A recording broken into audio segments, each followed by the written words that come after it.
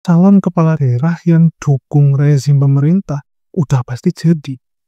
Bukan, maksud gua bukan yang itu. Jadi ada salah satu cerita sejarah yang menarik banget yang terjadi pada abad 17, di mana Raja Charles pertama dari Inggris ikut cawe-cawe dalam pemilu parlemen. Siapa sih Raja Charles ini? Nah, Pak Charles pertama ini naik tahta pada tahun 1625, menggantikan ayahnya yaitu Raja James I.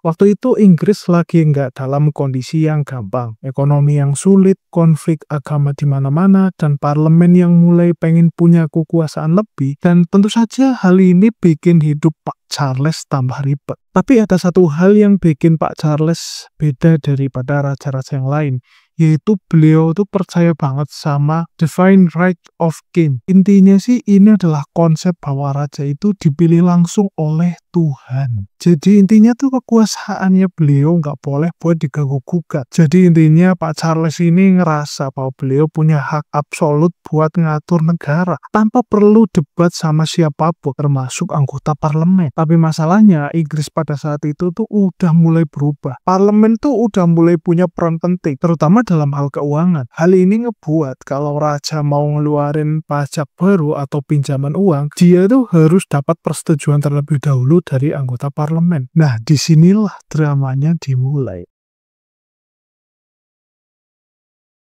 Kalian tahu nggak, pemilu di abad 17 itu beda banget. Beda jauh banget sama yang kita tahu sekarang. Waktu itu yang bisa memilih itu cuma orang-orang yang kaya, yang punya tanah. Jadi rakyat biasa tuh hampir dibilang benar-benar nggak punya suara sama sekali. Tapi meskipun begitu, parlemen tetap jadi institusi yang penting karena mereka menentukan pajak dan kebijakan negara. Namun di sisi lain, Pak Charles I merasa terganggu karena banyaknya anggota parlemen yang nggak setuju sama ide-idenya beliau. Padahal dia sering banget tuh butuh uang buat perang, buat ngedanain proyek-proyek mewahnya beliau, tapi malah parlemen nggak selalu kasih lampu hijau kepada Pak Charles. Akhirnya satu ketika Pak Charles tuh punya ide, daripada ribet terus sama parlemen, gimana kalau gua aja yang ngatur siapa aja yang duduk di sana. Nah, disinilah awal mulanya cawe-cawe Raja Charles pertama dalam pemilu. Sebagai raja, beliau tuh nggak setengah-setengah kalau mau ngatur sesuatu. Dalam cawe-cawenya ini ada beberapa strategi yang beliau pakai buat memastikan parlemen itu diisi oleh orang-orang yang bisa dibilang pro sama pemerintah atau mendukung setiap program-program yang Pak Charles buat. Pak Charles tuh sadar banget kalau bangsawan-bangsawan lokal itu punya pengaruh yang besar di komunitas mereka. Jadi beliau ngajak kerjasama lah dengan mereka buat mendukung kandidat tertentu. Bangsawan yang mendukung calon yang didukung raja seringkali dapat keuntungan yang lebih, kayak tanah baru atau posisi penting di pemerintah. Ini adalah salah satu taktik favoritnya Pak Charles. Buat kandidat yang setia sama dirinya, Pak Charles tuh nggak pelit-pelit juga buat kasih hadiah. Hadiahnya tuh macam-macam, mulai dari uang tunai sampai ke tanah yang luas. Dan tentu saja dong, ini membuat banyak orang akhirnya mau tunduk dan mendukung apa yang direncanakan oleh Pak Charles. Kalau cara yang halus dirasa kurang berhasil, ya udah, kadang pakai tekanan fisik dan intimidasi. Banyak pemilih yang dipaksa buat mendukung kandidat tertentu, dan mereka yang berani nolak seringkali dapat ancaman oleh orang-orang yang pro sama Pak Charles. Bahkan kadang juga orang dalamnya Pak Charles itu sendiri. Selain itu, pada masa itu juga pamflet adalah salah satu cara paling efektif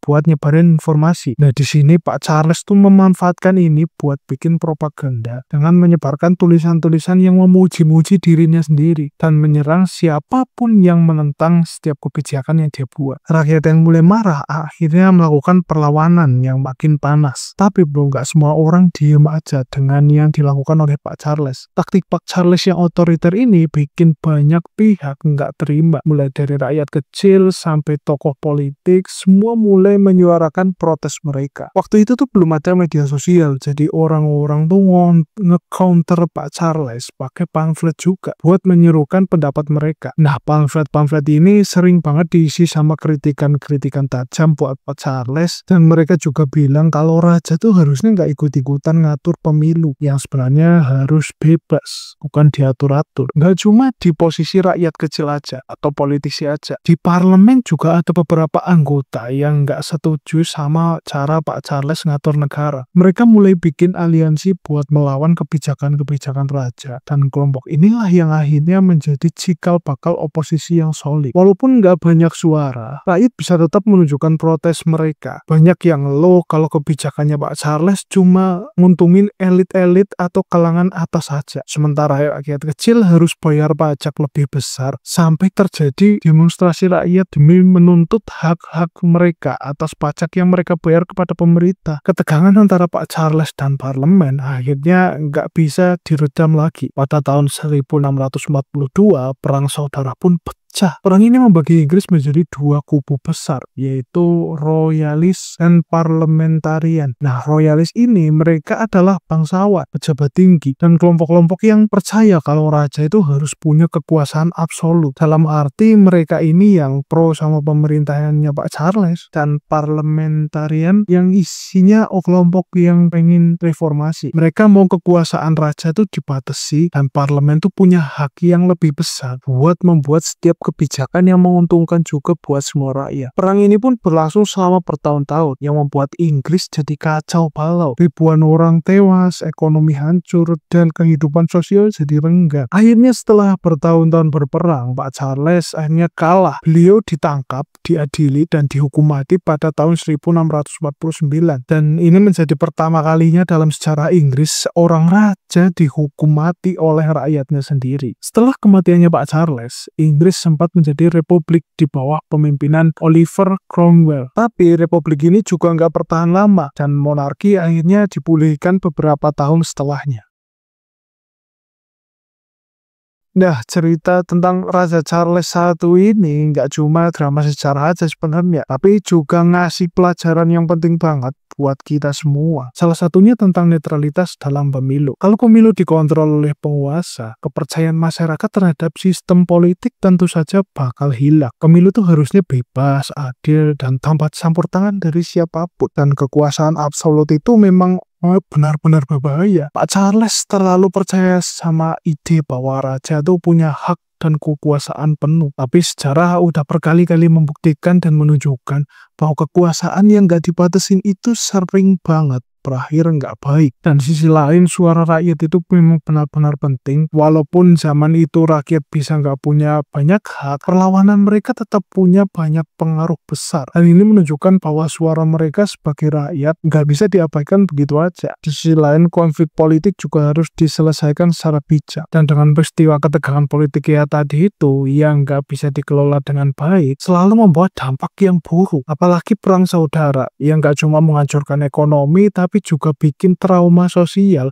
yang susah buat diobatin, terutama pada rakyat kecil. Sebagai generasi muda, kita juga punya tanggung jawab yang besar buat ngawal demokrasi. Jadi jangan biarkan politik jadi alat buat nguntungin segelintir orang, apalagi sampai rakyat tertindas. Tentu saja di video ini gua nggak bermaksud buat menyindir siapapun, tapi kalaupun ada yang ngerasa, ya mohon maaf gitu ya. Berarti kita harus flashback karena berkali-kali sejarah sudah menunjukkan bahwa kekuasaan yang absolut tidak akan berakhir baik. Jadi ya kita harus aktif ngasih kritik, ngawasin pemilu, dan pastiin semua berjalan dengan sebagaimana mestinya ya. Gua sih cuma rakyat jelata biasa gitu ya. Oke, mungkin itu aja yang mau gua sampaikan di video ini. Jangan lupa like, komen, dan subscribe. Dan tentu saja gua masih menunggu head komen kalian di kolom komentar. Gua Sarjanto, sampai jumpa di video berikutnya.